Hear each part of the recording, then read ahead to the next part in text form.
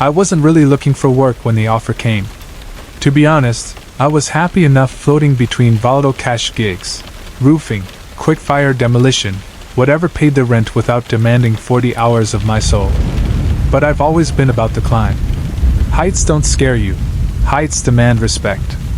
That's probably how Mr. Sills found me. I'd posted a handful of viral clips, me free climbing abandoned smokestacks, bridging dangerous scaffolding with nothing but chalk and a prayer muttered between my teeth. I loved the rush, the freedom from rules, the certainty that at an apex, the universe could hold no secrets from me. A couple of years of that lifestyle had turned freedom into another form of financial debt. The only thing taller and more menacing than a 1,000-foot antenna tower was the stack of IOUs and final notices gathering dust at home. I knew he wasn't there by accident. Mr. Sills slid into my booth at an isolated Reno diner one cold Thursday night.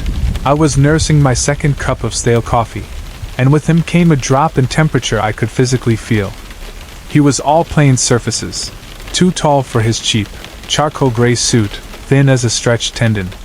His skin looked unnaturally smooth, the color of chalk dust.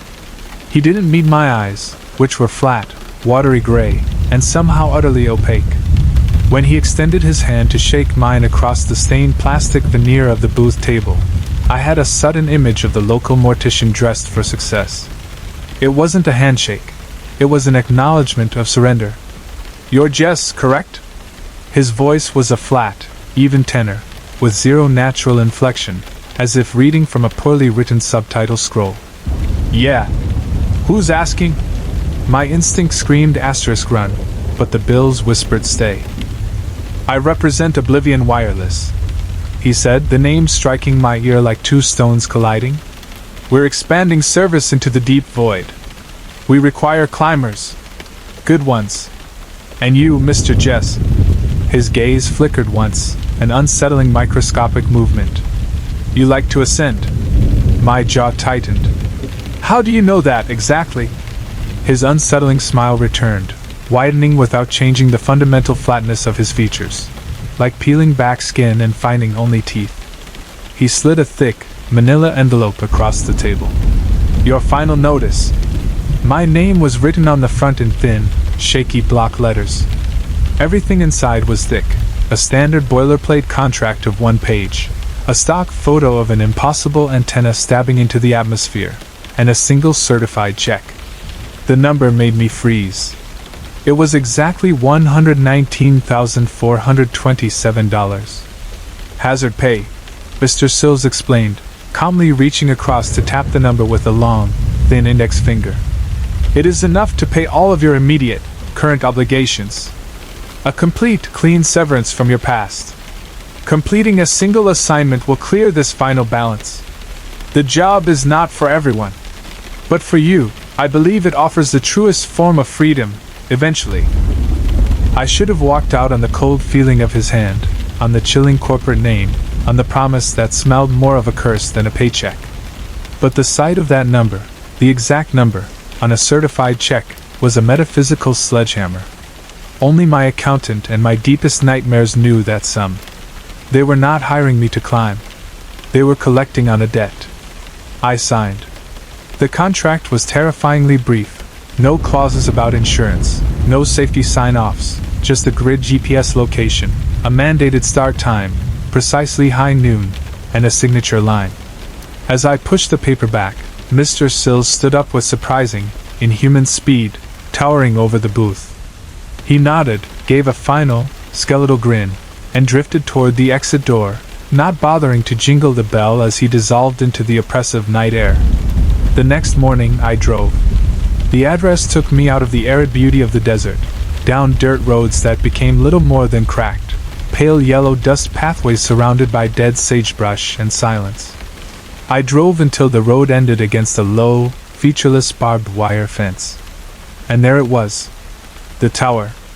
It was terrifying in its unnatural proportions. Not the industrial gray lattice of the telecom structures I was used to, but a smooth, black obelisk of cold, almost oily-looking steel. It punched 2,000 feet straight up into the endless, silent blue, its razor apex shimmering in the thin air, cutting the sky like an artifact. Too perfect, too tall, completely alone. The low fence had a gate that stood wide open. No crane, no supply truck, no safety trailers, no foreman, no other cars, just me and the silent, hungry spire. I clipped the professional harness to the nearest vertical rung, tightened my well-worn boots, and began to ascend. The climb began easily, with the cool steel giving traction to my climber's gloves. The rhythm quickly sunk in: left hand, right foot, step, clip, pull. 50 feet melted into 200, the car shrinking below into a dirty beetle. The sun was a punishing, clean white eye that bore down on the back of my neck. Midway through the ascent, the atmosphere changed. This wasn't a fun challenge. This became a relentless, silent punishment. The air thinned, and my quads seized up with brutal reality. The climbing became pure, desperate mechanics, driven only by the terror of leaving the ground and the need to retrieve my past. It was above 1,000 feet that I started finding the warnings left by those who had failed. First, a length of military-grade cord, almost new by its texture, but meticulously shredded and splayed on a cross beam. This wasn't equipment failure during a normal ascent. It was the result of a hyper-violent cut or release. Second, a heavily scuffed, high-end aluminum climbing carabiner, the kind that costs 1 month's rent, but strangely molded, liquefied at one end as if melted by a plasma torch, frozen forever to the steel frame as a reminder of an impossible heat source. Third, a crude, shallow, but completely intentional carving deep into the black steel frame itself. It was the only intentional graffiti on the entire tower, and it had been carved by someone desperate and proficient, perhaps the previous climber. The message was long, but only a single sentence was legible between the corrosion and the great heights. I knew, but I didn't confess. I kept climbing. Accidents happened. People broke. But the sight of that failed, expert gear was a chilling reassurance. This was designed to break everyone. Finally, a quarter mile of punishing, dizzying strain later, the rungs ended. I hauled my aching, sweat-drenched body onto a small, open platform suspended high above the earth in a world of high, swirling, cold mist. My lungs screamed for oxygen. The wind up here was frigid, whipping around the aluminum lattice like the angry breath of a confined god.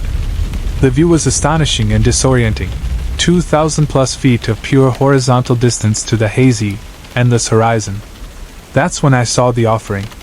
In the absolute center of the minimalist platform, resting naturally in a small, smooth, polished granite pedestal, was a parchment of thick, dried parchment.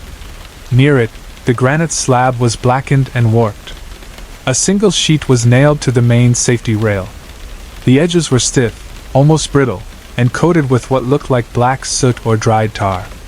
The spidery, unsettling handwriting, as if written by a twitching hand, was terrifyingly precise. Scribbled in larger font at the top. Welcome, Jess. Oblivion. Beneath this, more chilling text that spoke directly to my soul, just like the check. Ritual of Ascension. Debt account no, 003.551066. Collector. Balance, $119,427. Final notice. Your debt is cleared upon completion. Choose your absolution. Rules for the final collection. My chest felt like it was splitting in two, not from the thin mountain air, but from the sudden, visceral horror of the exacts. They not only knew the amount of my debt, they managed it with a terrifying corporate precision. I tried to look down, just to steady myself, to re-find the comforting sight of my dusty, ordinary truck parked on flat, ordinary ground. But the tower was gone. The immense black lattice that had been my only connection to gravity for the last hour had simply vanished. There was nothing below me. The horizon had been wiped from underneath the tower, replaced by a churning, shifting, endless black expanse of absolute void. It was not empty air. It was pure, geometric non-space, a dizzying, light-swallowing chasm of nothing. I clutched the railing until the frigid aluminum felt like it was welding itself to my gloves, every nerve ending shivering with the realization the tower was not fixed to the earth. The small platform under my boots was simply hovering over a swirling darkness that had no beginning and no clear and a full mile below me. My eyes snapped back to the parchment, the final instruction set, the rules that would allow me off this flying metal coffin.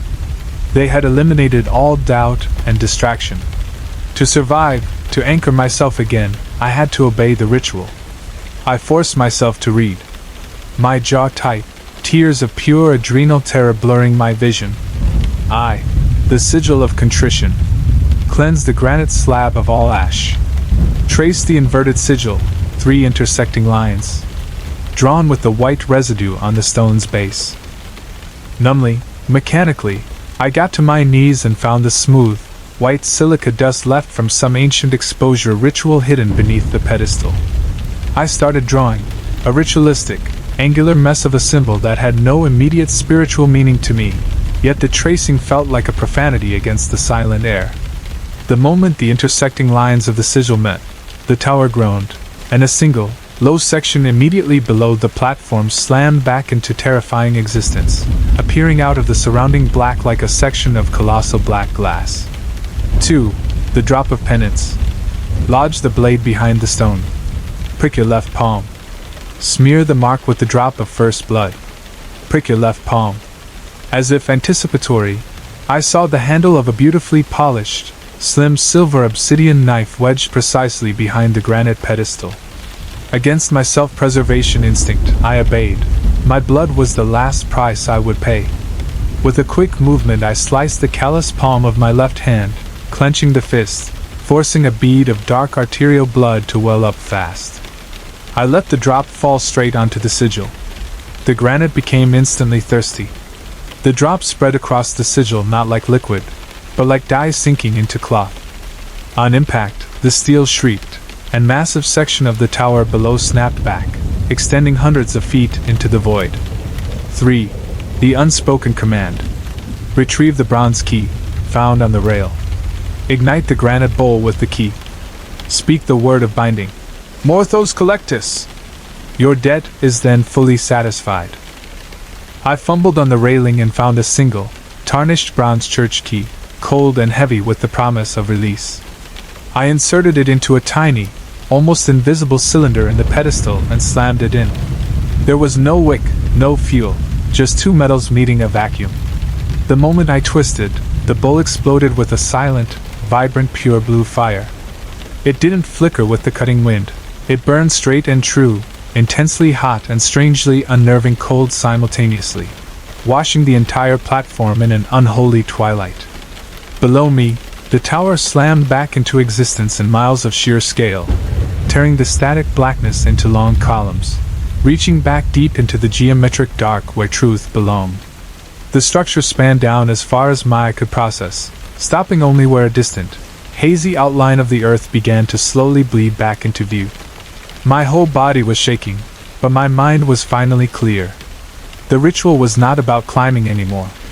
It was about creating, about commanding, about unleashing. I gripped the hot bronze key so tightly my fingers locked around it. I now just had to say the last, final part. Morthos collectus! And the path, and my freedom, would be complete.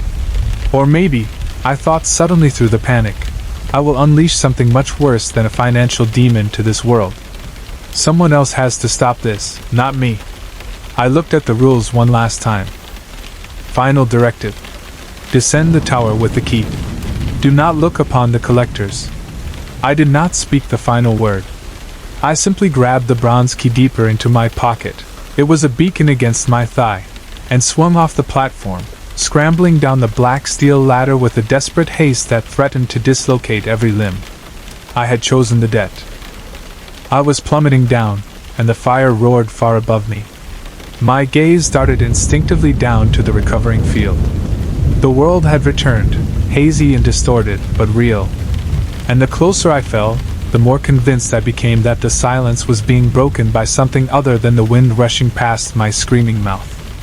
Far below the hazy horizon, vast, silent shapes began to move and coalesce not from the bottom of the void, but from the recovering land itself.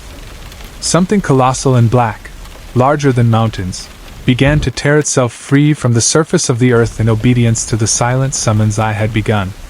But as I fell, the true horror arrived from above, streaking down from the cold, impossible fire roaring at the antenna's peak. They were not black. Instead, two utterly silent, blinding columns of pure, impossibly white and gold lights speared through the chilling smoke of the blue flame, hurtling down the restored tower like falling stars. The collectors. They looked nothing like the traditional depictions of angels, but I knew what they were in the deepest marrow of my combat-tested bones: the judges. The terrifying, cold, clean, eternal enforcers of the cosmic moral economy I had tried to escape with a stolen check? Their light was a vacuum of all sound, all pity, all excuse. I clung to the steel and watched them fall towards me, terrifyingly fast, their proximity carrying a sickening, psychic weight of all my past sins and every single unpaid obligation. I scrambled faster, driven by a desperate, absolute fear of confession and judgment, 1,000 times worse than the terror of falling. I was maybe 20 feet from the dry, dusty ground, near where my truck should have been. I could jump.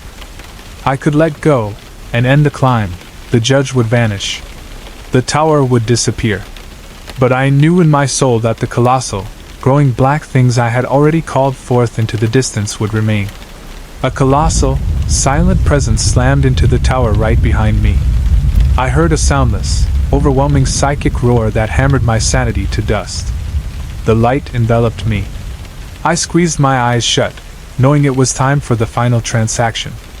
I would confess everything to this ancient enforcer of the true balance sheets. A voice, not loud, but devastatingly present, a perfect choir of all things speaking with absolute authority. WIGCD down on me. Jess. I did not ask for a gift of payment. I asked for absolution. Give me the key, son. It must complete the intended and final cycle. I shuddered. My entire being was an unsheathed artery, open to their blinding, cold light. Every mistake, every lie, every stolen moment flashed before my psyche. They didn't want the money anymore, they wanted the payment. Against every surviving particle of ego, every instinct of self-preservation, I reached deep into the pocket, tore out the glowing bronze key, the symbol of my momentary freedom and the final destruction of the world, and with a gasping sob, offered it up. A hand, impossibly smooth, cool, and perfectly gentle, closed over mine. I didn't feel it rip the hardware away. I felt it simply rebalance the weight. The crushing light instantly retracted. I hit the red dust and dry asphalt with a whump that bent my knees until they almost snapped. I laid there stunned, all the raw, spiritual pressure gone, listening to the blissful, quiet sound of a distant cricket. When I sat up, groaning, wiping the mixture of blood and soot from my face, the landscape was completely normal. The tower was gone. The void was gone. All the colossal black figures and the luminous judges were gone. My ugly, beat-up, normal truck was sitting 10 feet away, undisturbed, looking exactly how it had before this whole nightmare began. I dragged myself to the truck and immediately checked my pockets. Empty. Then I saw it. Lying neatly on the center console, illuminated by the harsh cut of my truck's internal ceiling light, was a parchment, not the one I climbed with, but one that smelled faintly of brimstone. And on it, in that same meticulous, spidery script, was the balance sheet. Original balance due, Oblivion Wireless $119,427. 2. Adjustments 003.551066. Collector, plus $0.00. 3. Violation/disturbing the balance, plus $15,000.00. Total balance due, $134,427. The climb was a test, the debt was the price. We have merely extended the terms. They didn't want the money, they just wanted the climb. And I was the only one who didn't let the tower destroy the surrounding world for my own benefit. I started the engine, leaving not with peace, but with a terrifying, absolute freedom from the structure, paid for by a $15,000 increase in my eternal debt that no bank would accept. I was still broke, but I was also alive. And every morning, when the sun hits the glass, I check my dashboard for any new notes slipped onto the vinyl. Whatever terrible corporate entity that runs Oblivion Wireless is still out there, searching for climbers who seek adrenaline, and perhaps absolution.